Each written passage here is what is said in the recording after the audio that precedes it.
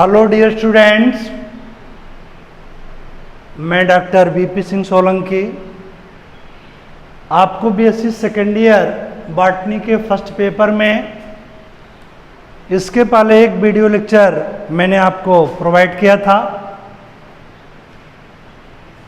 जिसमें plant embryology के बारे में था और प्लांट एम्ब्रियोलॉजी की डेफिनेशन, इसके बाद पार्ट्स ऑफ फ्लावर के बारे में उसमें मैंने बताया था और जो फ्लावर के पार्ट होते हैं उसमें मैंने आपको बताया था 4 पार्ट्स, कैलिक्स, कोरोला, एंडोसियम और गायनेसियम, जिसमें रिप्रोडक्टिव स्ट्रक्चर एंडोसियम और गायनेसियम है। और इस प्लांट एम्ब्रियोलॉजी में इसी को 2 में डिटेल में आपको पढ़ना है, 2 पॉइंट को, एंडोसियम और गायनेसियम। तो इसके पहले वाले लेक्चर में मैंने एंडोसियम के बारे में आपको बताया था कि एंडोसियम मेल रिप्रोडक्टिव ऑर्गन होता है और उसमें बहुत से क्या होते हैं, स्टेमन्स होते हैं। स्टेमन्स की संख्या वेरी करती है, 1 भी हो सकती है, 2 भी हो सकती है, 3 भी हो सकती है, 4 भी, 5 भी, 6 भी और न्यूमरस और मेनी भी हो सकते हैं। फिर उसके बाद मैंने आपको बताया था स्ट्रक्चर ऑफ स्टेमन एंड एंथर। मैंने फिगर भी ड्रा किया था, 2 फिगर ड्रा किया था। फिगर नंबर ए था स्ट्रक्चर ऑफ स्टेमन। थोड़ा सा उसके बारे में बता देते हैं क्योंकि लिखाने के पहले आपको थोड़ा उसके बारे में फिर से समझा देते हैं। तो आप लोगों ने देखा स्टेमन्स में 2 पार्ट होते हैं, basal वरार lower sterile filament.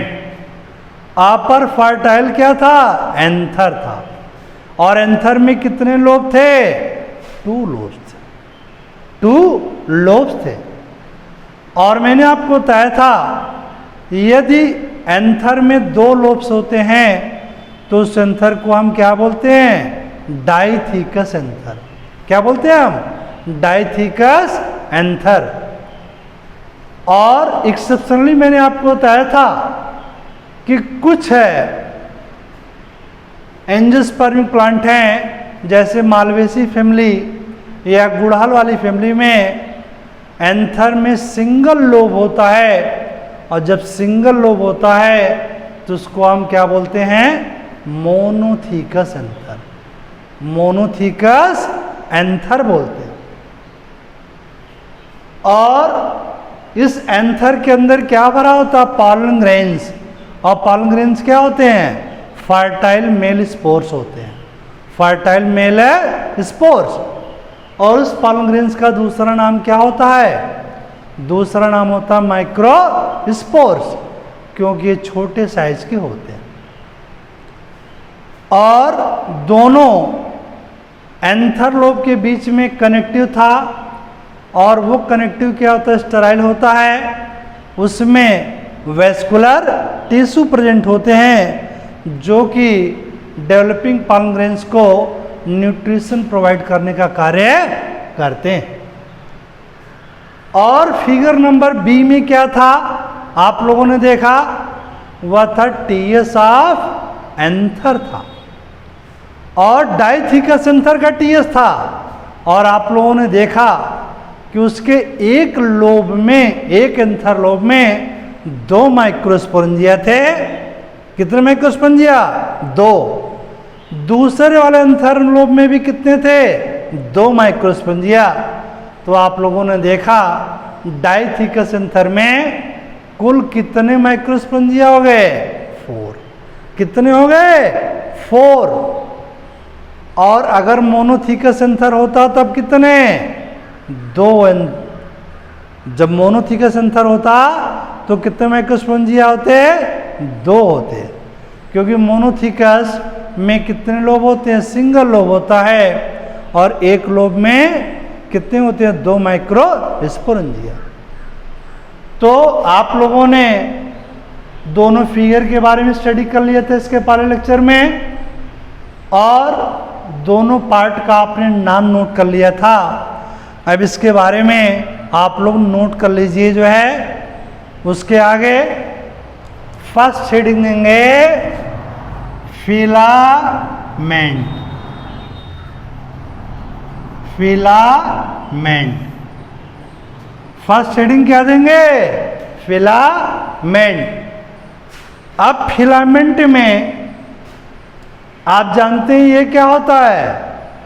Lower are basal होता है, फिलामेंटस होता है, स्टेराइल होता है।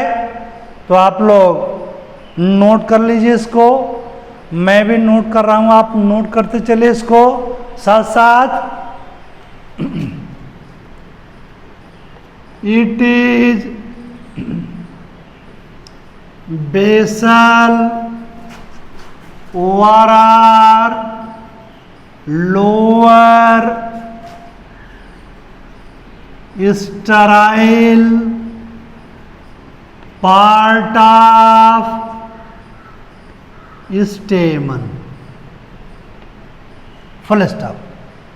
क्या नोट कर लिया आप लोगों ने? It is basal over or lower sterile part of stamen. अब आप लोग सेकंड हेडिंग देंगे।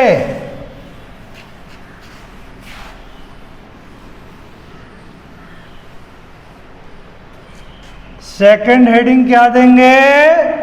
एंथर। क्या हेडिंग देंगे? एंथर। आपको मैंने क्या बताया कि एंथर जो है ये अपर पार्ट होता है स्टेमन का, और ये क्या होता है? फर्टाइल होता। क्या होता है? फर्टाइल होता है। और इस फर्टाइल पार्ट में मैंने आपको बताया दो एंथर लोब्स होते हैं। दो एंथर लोब्स होते हैं and each anther lobe contain 2 microsporangia. thus a diathecus anther contain 4 microsporangia. तो एंथर के बारे में आप लोग नोट कर लीजिए, मैं नोट कर रहा हूं, आप भी नोट करते रहिए।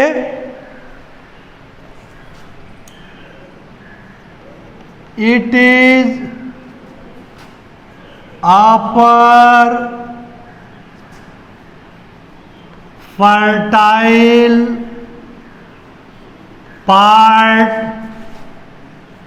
ऑफ स्टेमन। क्या नोट किया आपने? It is upper fertile part of स्टेमन। आगे नोट करेंगे generally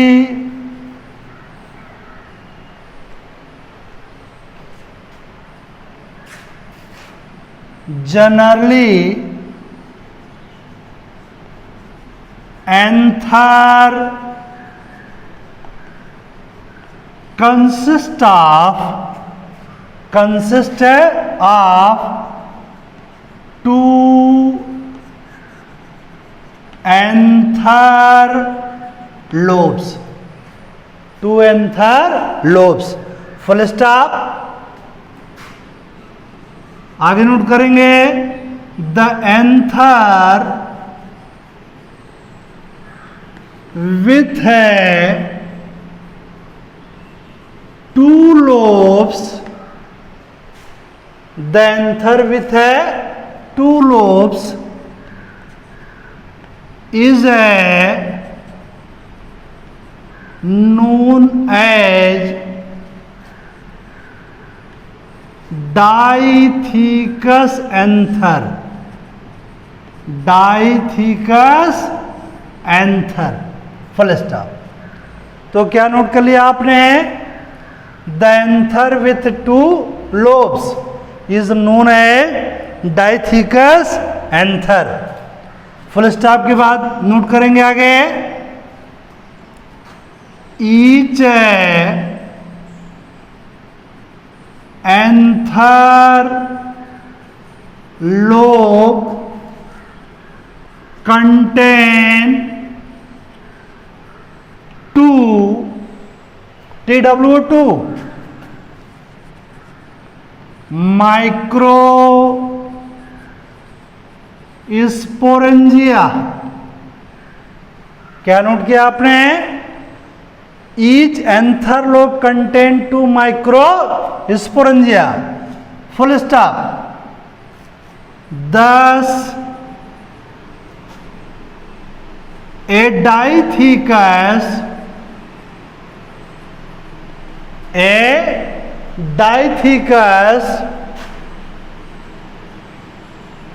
anther contain 4 micro sporangia, full stop. क्या नोट किया आपने फुल स्टॉप के बाद? 10 a dithecous anther contain 4 micro sporangia.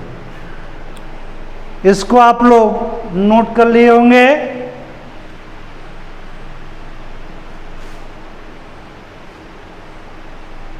अब इसके बाद पैराग्राफ चेंज करके आप लोग नोट करेंगे। पैराग्राफ चेंज करके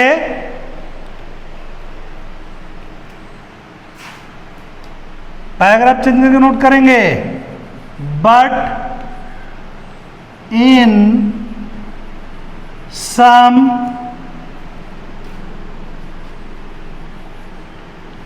angiospermic plants such as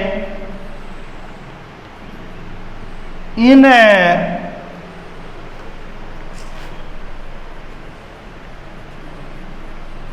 member of Malvaceae family,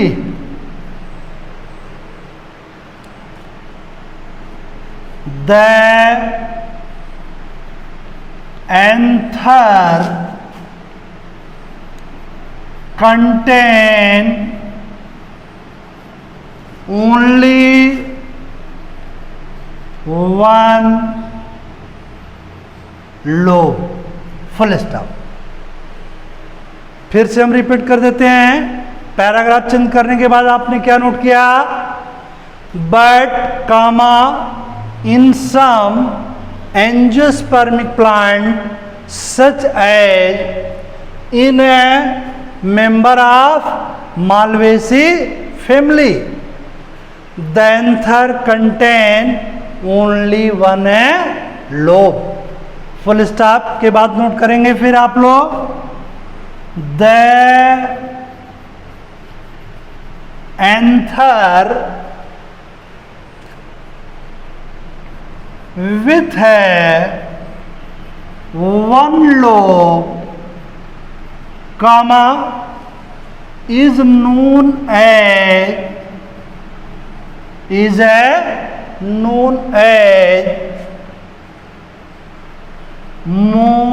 monothecous anther,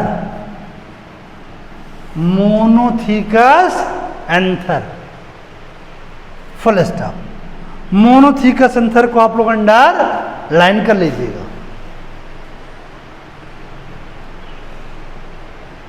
आगे नोट करेंगे उससे क्या आगे आप लोग फुल स्टॉप के बाद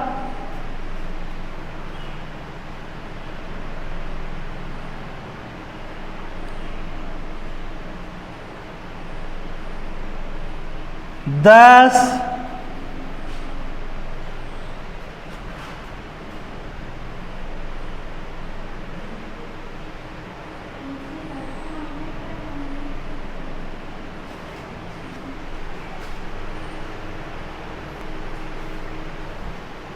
चलिए उसी के बाद नोट कर लेंगे आप लोग 10 मोनोथीकस एंथर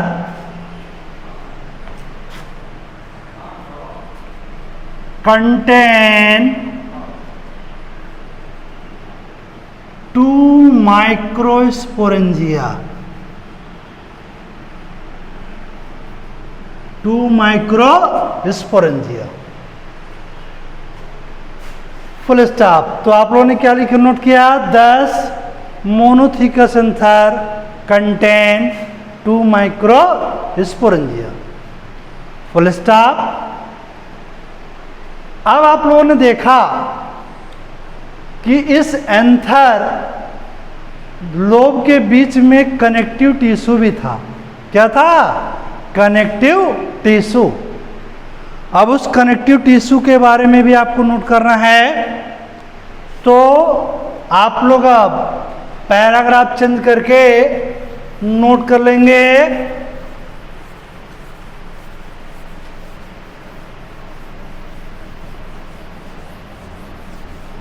कनेक्टिव टिश्यू के बारे में मैंने आपको क्या बताया था? ये दोनों एंथर लोब के बीच में प्रेजेंट होता है, एंथर लोब के बीच में प्रेजेंट होता है और ये स्टेराइल होता है। कैसा होता है? स्टेराइल होता है। और ये वेस्कुलर टिश्यू इसमें प्रेजेंट होते हैं, वेस्कुलर बंडल प्रेजेंट होते हैं जो कि डेवलपिंग पॉलन ग्रेन्स को न्यूट्रिशन प्रोवाइड करते हैं। तो आप लोग पैराग्राफ चेंज करके नोट कर लेंगे। लिखिए, मैं नोट कर रहा हूं, आप भी नोट कर लीजिए। बिटवीन 2 एंथर लोब्स है,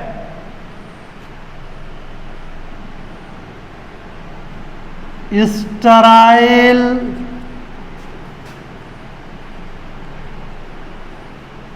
connective is present, is a present which contain vascular tissue, vascular tissue, full stop. क्या नोट किया आप लोगों ने? फिर से रिपीट कर देते हैं।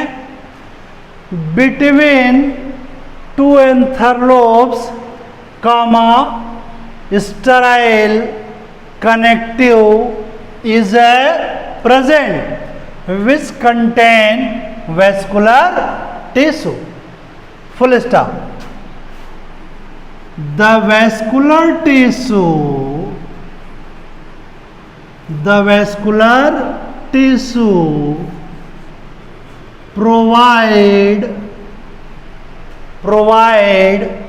nutrition